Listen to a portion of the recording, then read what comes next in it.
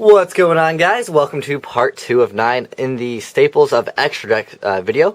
Now, next up, we're going to be talking about Black Rose Dragon. Now, obviously, you guys know Black Rose is quite good, and since it did go to 3 recently, there's a lot of people that have been playing 2, but now the Avarice is, at 1. 2 might be a more viable option now, as before you were able to run 1 and it was perfectly fine, although you could tech 2 in if you had the extra room, but now with the XYZs, it's kind of hard to fit in extra cards in the extra deck.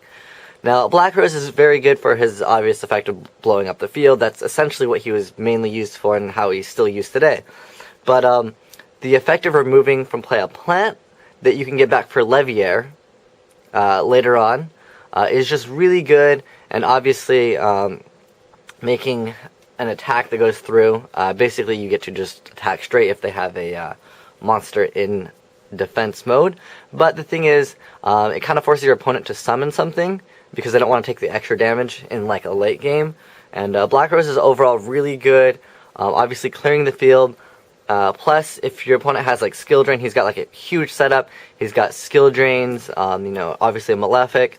If you chain enemy controller or Book of Moon to Black Rose's effect, Black Rose's effect will resolve off the field, and therefore you can still activate its effect. So Book of Moon, pretty good card, as most of you guys know, and that will, make Black Rose's effect activate face down, and Skill Drain only negates face up cards. So that is one thing to keep in mind, because Skill Drain Malefics have been seeing a lot more play. Obviously, Gear Town, very good deck, but I'm not sure how well they'll be doing against Dark Worlds, because Dark Worlds can expand 3,000 beaters really, really fast, and they can kind of just get them back over and over.